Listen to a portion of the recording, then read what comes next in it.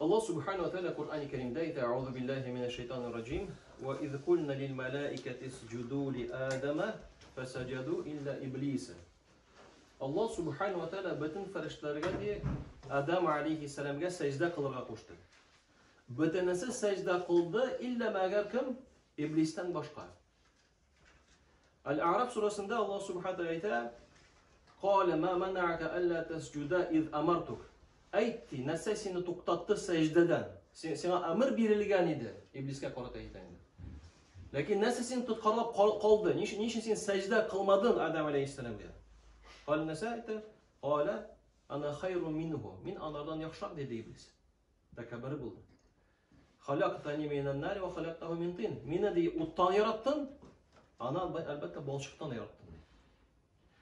Lakin şu kızık Mına şul hallerden soň, imansız bulgandan soň Allah Teala daşlarlıyor değil mi?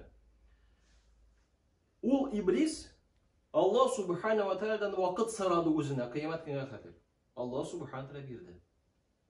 Yani Allah subhanahu wa ta'ala öz merhametliğinden bunlara vakit birdi. Abu öz yavuzlığı bilen işledi. Aytdı la udillannahum min alarını di bütünüsün odaştırmın di illa ibadekel muhlisin ihlas bendelerden başka. Yani Allah subhanahu wa ta'ala müracaat etip Allah Teala utilegenle birdi. Lakin ul rahmetli bulur urunna. Tevbe kılır urununa bu tağa da özün odaştırdı. Yani bütünüsün odaştıram di. Tağı da kubra günah kılam di. İlla ibadekel muhlisin ihlas bendelerden başkadır.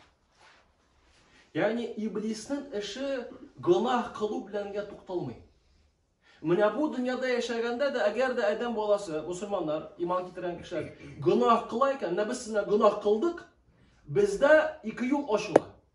Hem şunun birincisi yolu o iblisinin yolu. Günahtan son iblis seni kaldırmayı.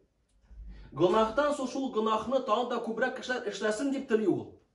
Sen özüne apravdaya tabasın. Özüne böyle aklısın özüne. Ben böyle işledim, ben namaz okumayın çünkü ben anda özümü tapmadım, ellen işledim.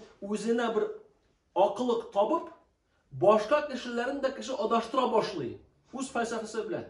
O bitinde bir yıl namazda buldu. Her namazın taşlandı kara. Demek nesedir İslam'da dürüst değil diyen uy fikirler tutmaya başlıyor kişide. Bu kişinin bir yıl namaz okusa da ana dini bilimi yok bir tane. O din anlamıyor, bilmiyor. Şu akıra kızık vakıya kelip çığa. Tilegen kişi var bir makal, tilegen şu yollar izleyip, tilegen sebep izleyip. Mına o iyilik kâgna tügür. Mesela kişi tiliyken iyilik kılırga, o iyilikke yol taba. Lakin eğer de kişi günahka yol tabası kireyken o anı taba. Günah kılı, Allah'a itaat etmevinde iblis özü için faydalandığı için, daha da kübrek adaşır için. Mında da kişi eğer de günah kılayken, günahtan sonra bir yol, iblis yolu. Özünü akla, daha da kübrek günah kıla başlıyor kişi. Başkalarını da tarta başlıyor. Çünkü bu iblis yolu. İblis bir günah kıldı, Allah'a itaat etmedi. Kafirlerden buldu, imansızlardan. Hem başkalarını da adaştıran dedi. Mında da kişiler de şulay işliyor. Özü anlıyor mu, anlamıyor mu, lakin o şulay işliyor. Günah kılıp, özüne aklıyor, hem başkalarını şu günahka şakıra başlıyor. Aklap. Ne bir tane bu işlem bu, tekrar işlem bit. Ne bir gaybetine bütün kişi siley bitinde ol. Ol bit, eğer de zor günah olsa, bütün kişi de zor günah kılıp olalar bit. No, günahının taralığı, onun derecesini düşürmeyin. Menence gaybet buldu, o zor günahlardan. O şulay zor günahlardan kolay indi ol. Elbette küp kişi silese, şu küp kişilerinin zor günahları bula deyin söz. Yavlık sala, başka günah kıla, özünü aklı başlıyor. Şu an kardeşim bir yol, iblis yolu. Şu an alimler aytarlar, ceza yağından de, günah için yeterliğinde, günahtan sonra başka günah tartıla. Karas, iblis de şulay işledi. Başkalarına şu an indi.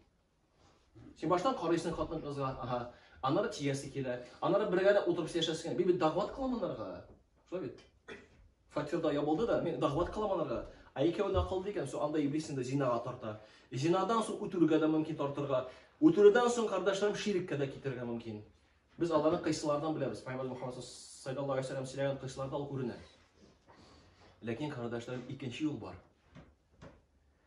O yolunu Allah subhanahu wa ta'ala bizge Adam aleyhisselam arkalı көрсетті.